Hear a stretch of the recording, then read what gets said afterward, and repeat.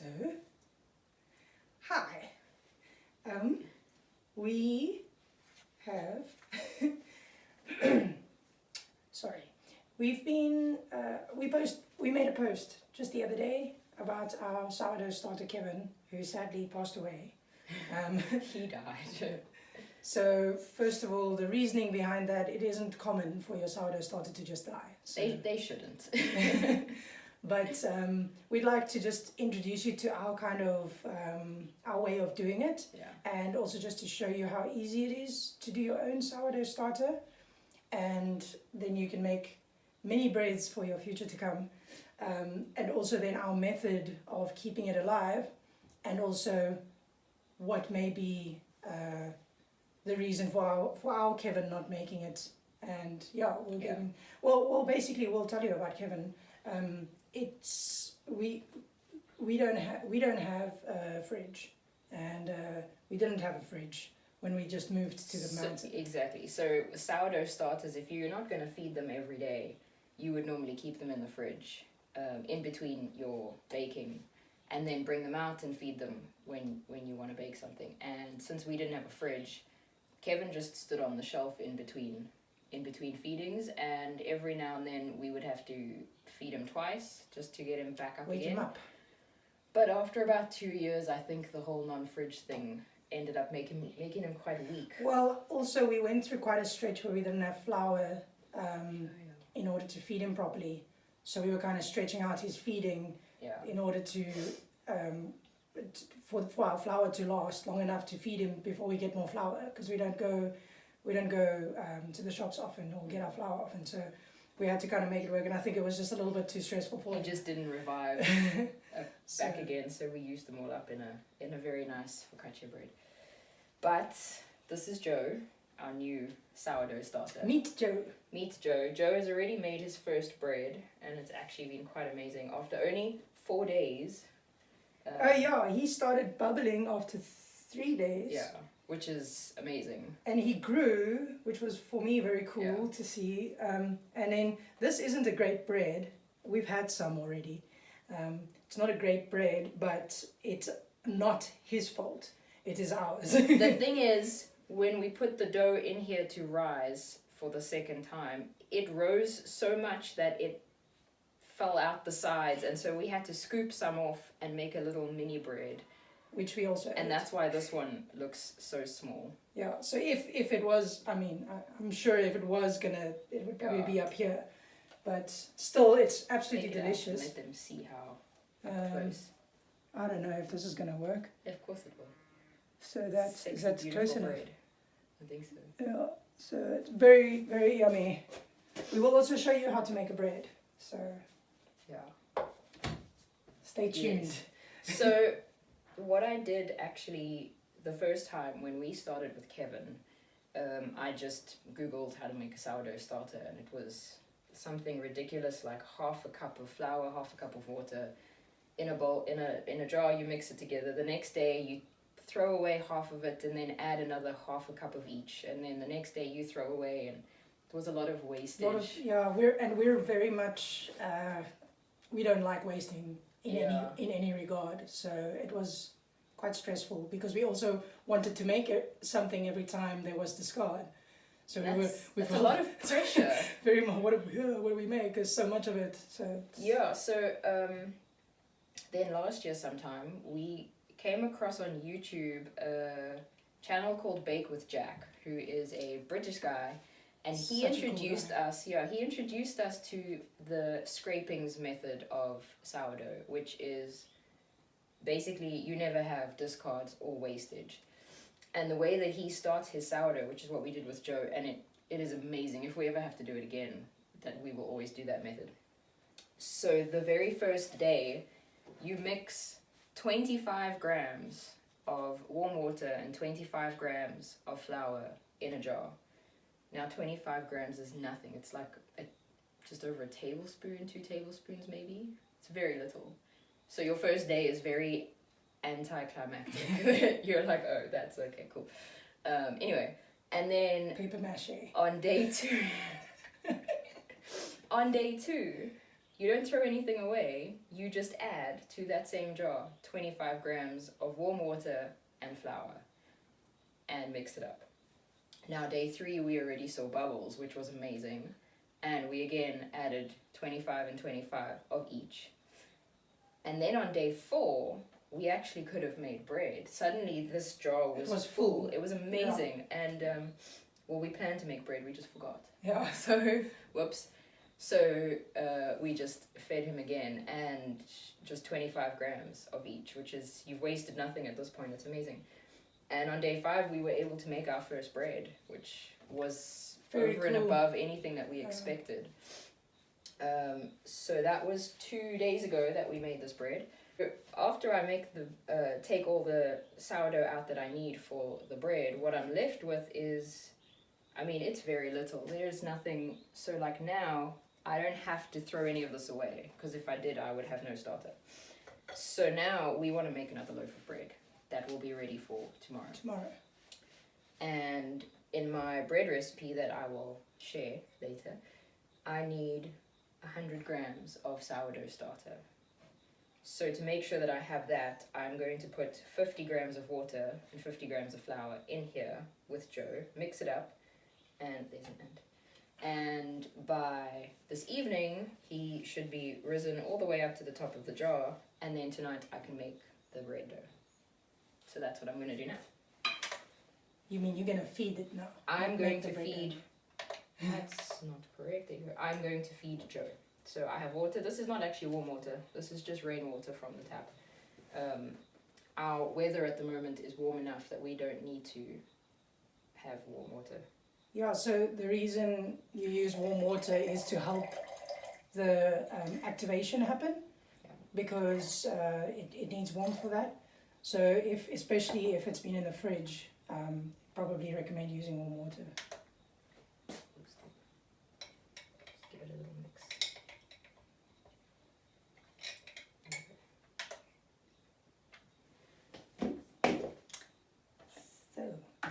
So we buy our flour in bulk. They can't see this, but this is a giant, you can lift it up, it's a giant bucket of flour. We use these oil buckets to store everything. You'll see them all over our videos.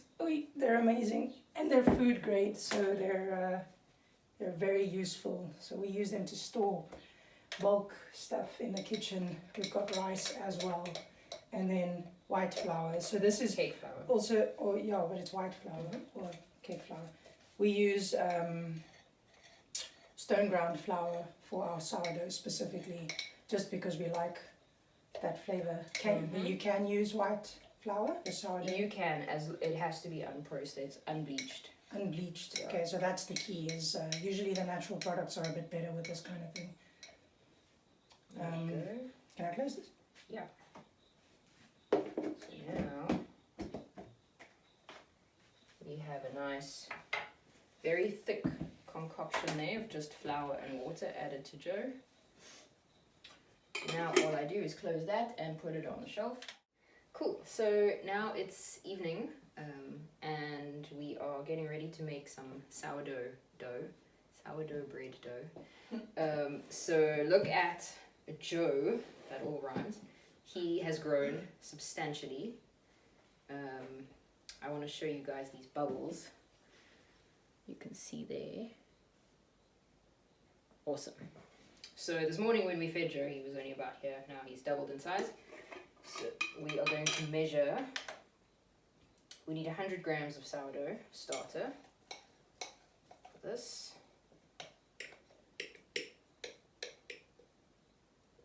That's great.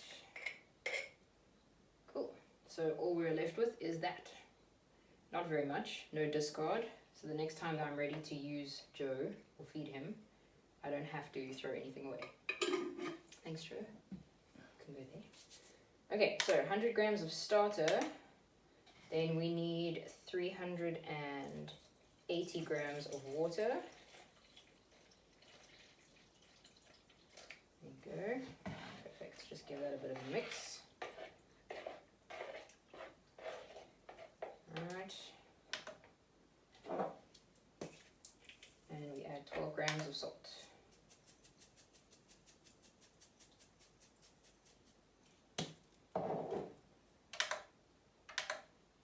And for some extra nice flavor, it's not really necessary, but it does make the bread taste nicer. 20 grams of sugar.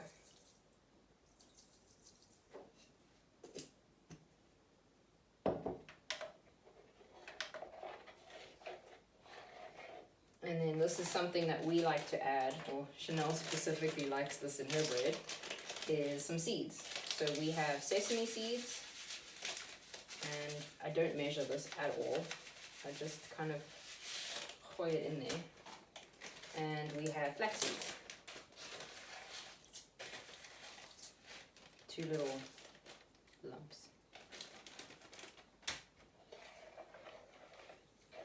Okay. And then, for the best part, 512 grams of flour.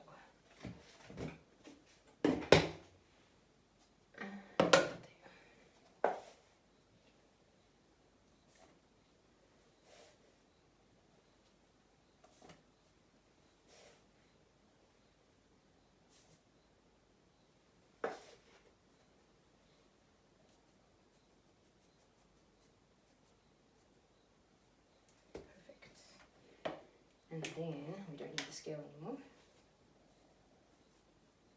We're just going to mix this in. Don't have to use your hands.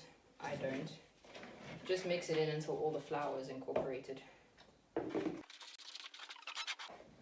Mix, mix, mix, mix, mix, mix, mix. Mix, mix, mix, mix, mix, mix.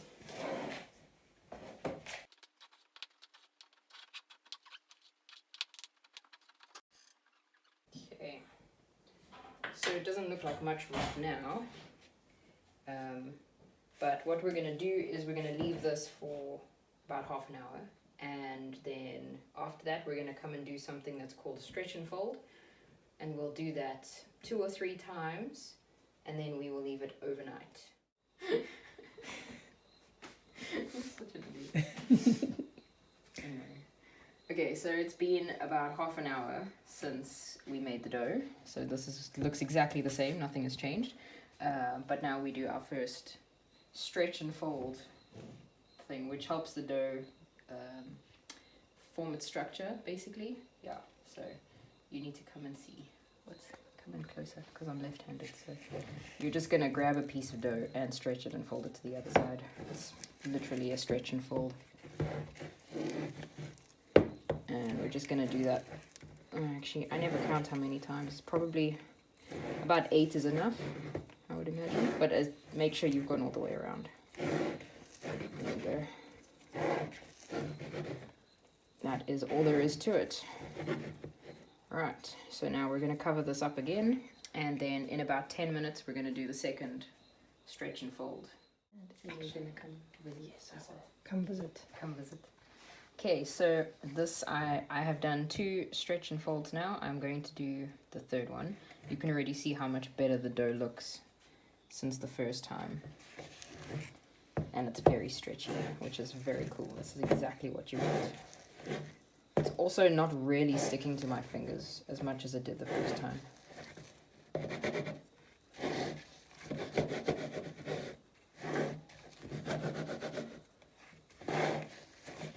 Alright, that should be good.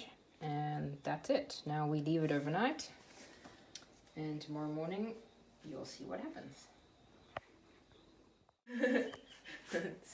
Okay, good morning. So obviously it's the next morning now. So come and have a look at what this bread dough looks like. It has doubled in size. It's huge, which is really cool. So we are going to put it into the bread pan. But first we need to add some oil to the bread pan. If you have spray and cook, you can use that as well. Or butter. Some people like to use butter. Oil is what we have, so it's what we use the most. So I'm just going to make sure that I get up on the sides. There we go, should be good. Alright. Just need a spoon. Hang on. I don't know where it's been.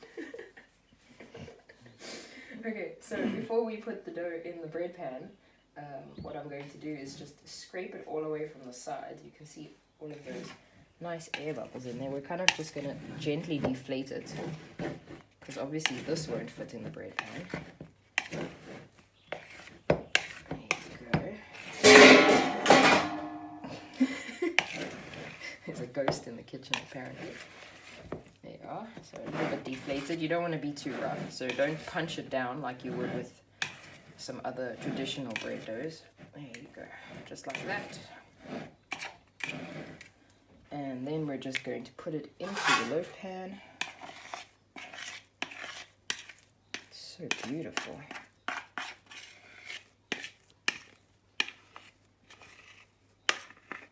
Just like so. And spread it just a little bit. Now this we are going to leave probably for about 2 hours. And it will fill up the loaf pan really nicely, maybe even rise just a little bit. And then we'll be ready to bake it. So this is not the super fancy sourdough. There's the dog there. Morning, Snowy. Morning. This is not the super fancy sourdough where you have the basket that you shape it in and then you bake it in the oven with a tray of water and make it all. This is just a sandwich loaf, basically, is what we call it. So it's simple, but it is still all the goodness of sourdough. Okay, so it's been about 2 hours now that this bread dough has been rising. You can see how big it is. It's pretty cool. It's ready to go in the oven. So we have preheated the oven to 180 degrees Celsius, which I believe is 350 Fahrenheit. And we are just going to pop him in there. There you go, just like that. And let him bake for about 45 to 50 minutes.